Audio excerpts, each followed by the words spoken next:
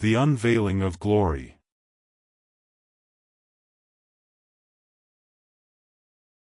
I do not count the sufferings of our present life worthy of mention when compared with the glory that is to be revealed and bestowed upon us. A remarkable incident occurred recently at a wedding in England. A young man of large wealth and high social position, who had been blinded by an accident when he was 10 years old, and who won university honors in spite of his blindness, had won a beautiful bride, though he had never looked upon her face.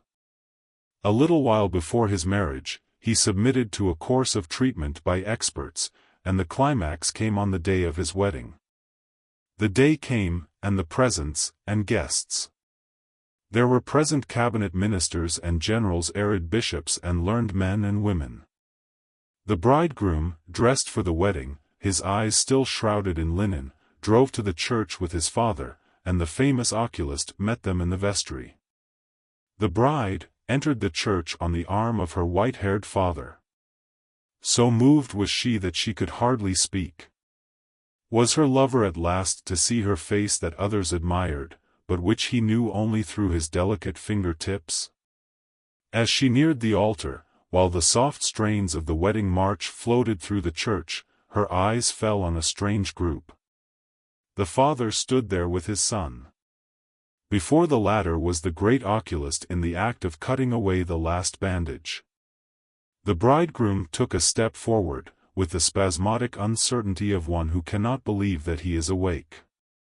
A beam of rose-colored light from a pane in the chancel window fell across his face, but he did not seem to see it.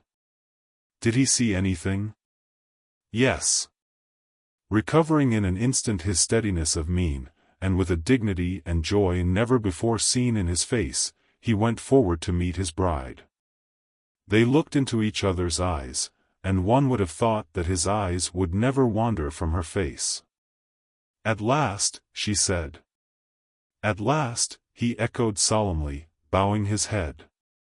That was a scene of great dramatic power, and no doubt of great joy, and is but a mere suggestion of what will actually take place in heaven when the Christian who has been walking through this world of trial and sorrow shall see him face to face.